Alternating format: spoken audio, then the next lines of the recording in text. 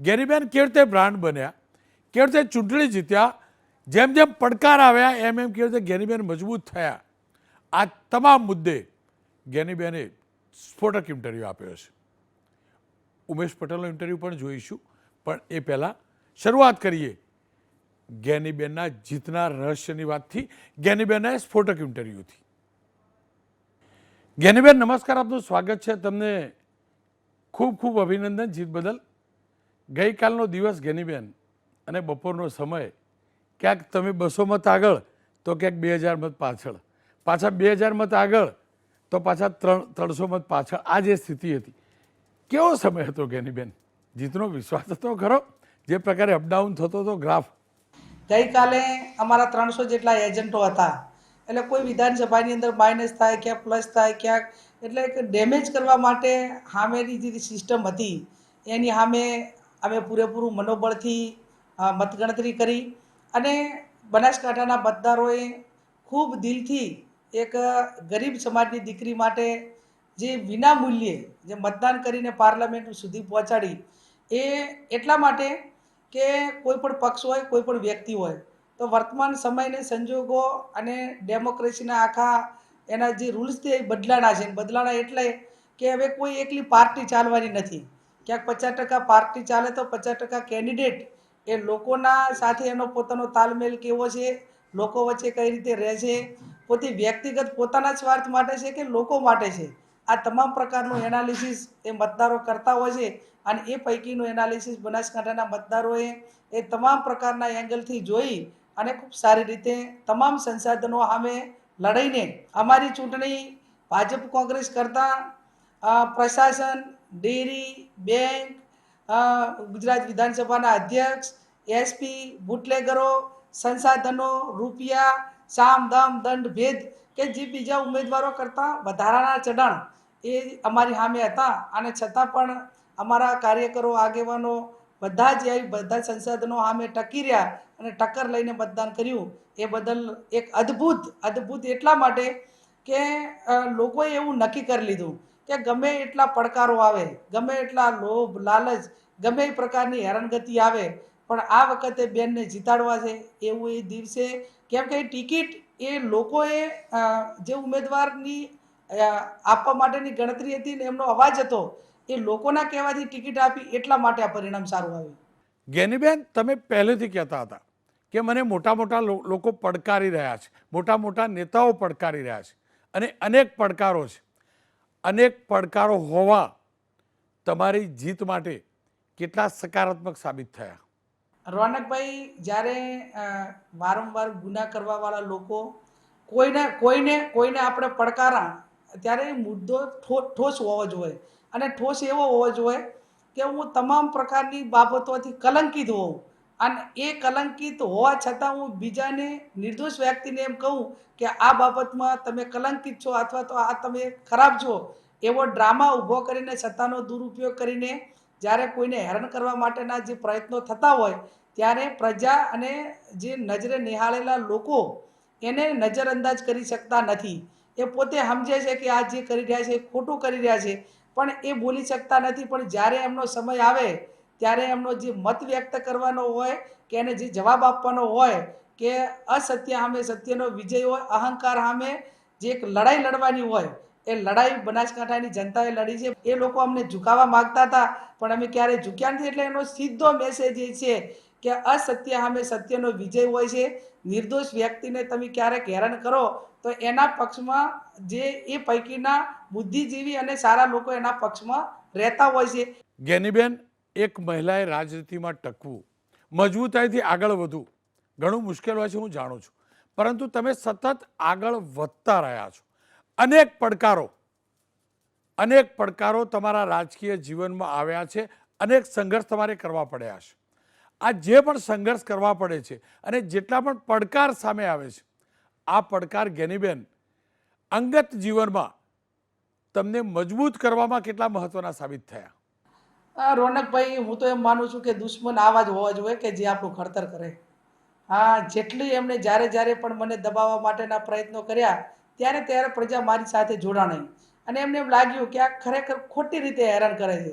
અને લોકો સાથેનો મારો તાલમેલ, લોકો પાસે મારી એક પોતાની ક્રેડિટ ક્લિયર છે કે જો હું પૈસા માટે કરી અને આ પડકાર ઝીલતી હું અને પેલું કરતી હું તો ઘણા બધા અમારા સાથી ધારાસભ્યો અને બીજા બધા ક્યાંક ને ક્યાંક સરેન્ડર થઈ અને વ્યક્તિગત સ્વાર્થમાં એ સરેન્ડર થઈ ગયા અથવા તે જોઈન્ટ થઈ ગયા. લોકોને ખબર છે કે આ સરેન્ડર નહીં થાય, આ અમારો મતનો વિશ્વાસઘાત નહીં કરે, આ અન્યાય સામે લડશે. એમની પાસે ભલે પૈસા નથી પણ એ ઈમાનદારી ક્યારેય નહીં ચૂકે. એટલે મારા માટે તો જેણે જ્યારે ખોટી રીતે પડકારો અને ખોટી રીતે હેરાન કરવા માટેના પ્રયત્નો કર્યા ત્યારે મારા માટે તો વ્યક્તિગત રીતે ફાયદાકારક રહ્યું છે. એટલે મેં ગઈકાલે ઘણા બધા ઉચ્ચ અધિકારીઓને કોંગ્રેચ્યુલેશન સાથે કોન્સ્યુલેશન બંને કહ્યું હતું અને પછી એમને મારી સામે ખુલાસો પણ કર્યો.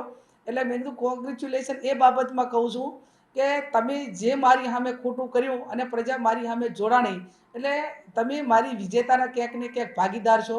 એટલા માટે હું તમને કોંગ્રેચ્યુલેશન કહું છું.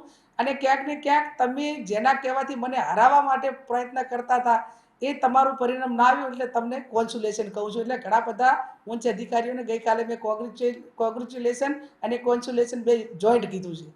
જ્ઞાનીબેન, શું કારણ રહ્યું બનાસની બેન જ્ઞાનીબેન આ નામની ચર્ચા, આ સૂત્રની ચર્ચા અને જ્ઞાનીબેનની ચર્ચા માત્ર બનાસકાંઠા બેઠક ઉપર જ નહીં ગુજરાતભરમાં થતી રહી? આનું રહસ્ય જાણવું છે.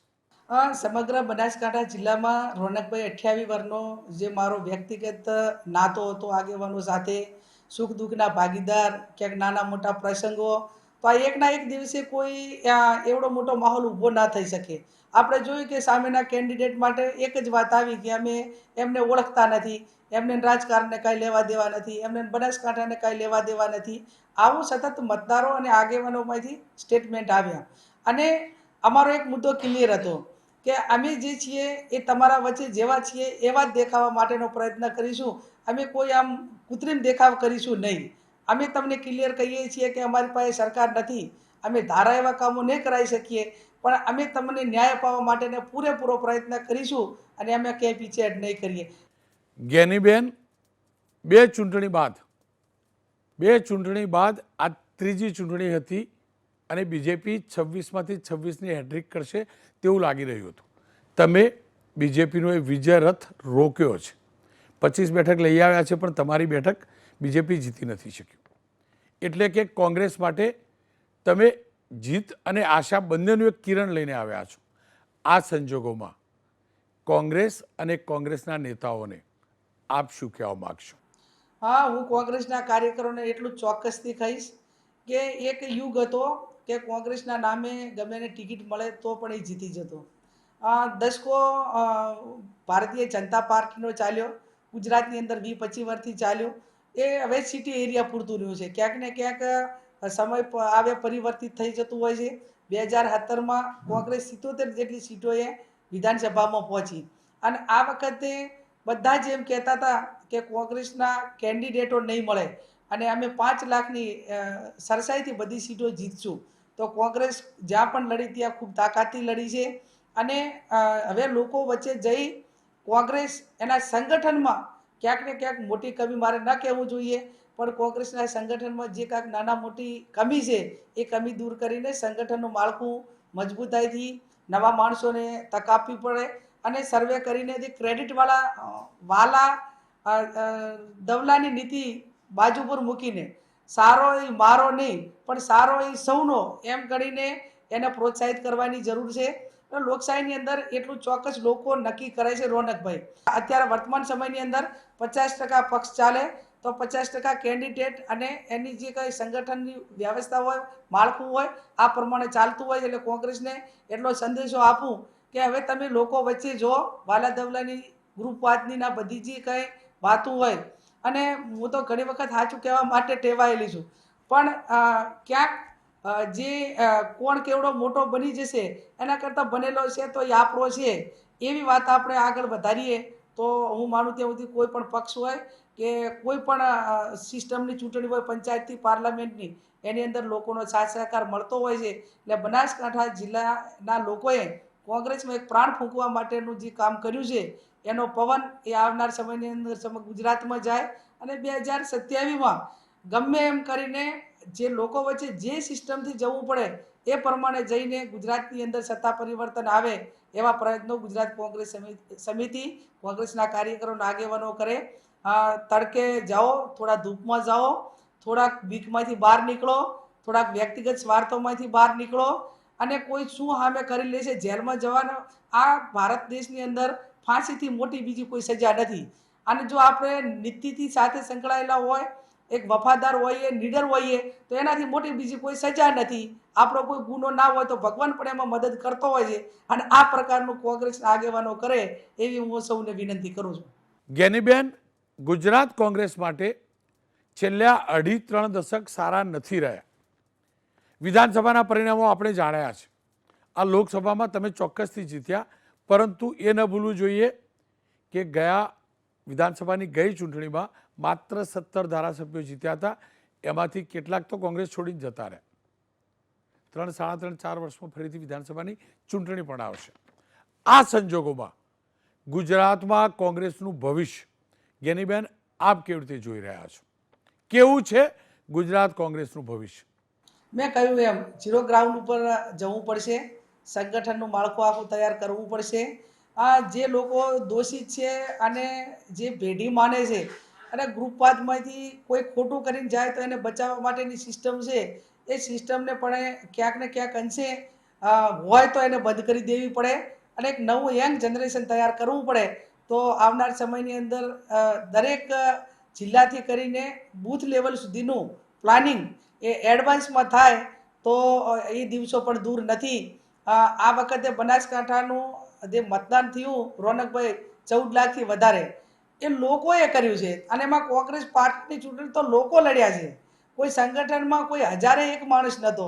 તાલુકા કોંગ્રેસ સમિતિના પ્રમુખને ખબર ના હોય ચૂંટણી શું છે, ચૂંટાયેલા પદાધિકારીઓને ખબર ના હોય ચૂંટણી શું છે. અને આવી સિસ્ટમથી આવડી મોટી ચૂંટણીઓ લડવી એ બહુ અઘરો વિષય છે અને એક કડવો અનુભવ પણ છે. એટલે આવનાર સમયની અંદર કોંગ્રેસ એ પોતાનું સંગઠન પાર્ટીનું બનાવે, કોઈ વ્યક્તિનું, કોઈ સમાજનું કે જે તે વખતની પરિસ્થિતિને આધીન નહીં, પણ કોઈ પણ પ્રકારની લાલચોમાં ના આવે એવું એક અડીખમ નેતૃત્વ અને પાયાના કાર્યકરો, ઈમાનદાર કાર્યકરો તૈયાર કરવા પડે, એને પ્રોત્સાહન આપવું પડે અને એને ટિકિટો પણ આપવી પડે. એવું કોંગ્રેસ પાર્ટી કરે એવું પોતે ઈચ્છું છું.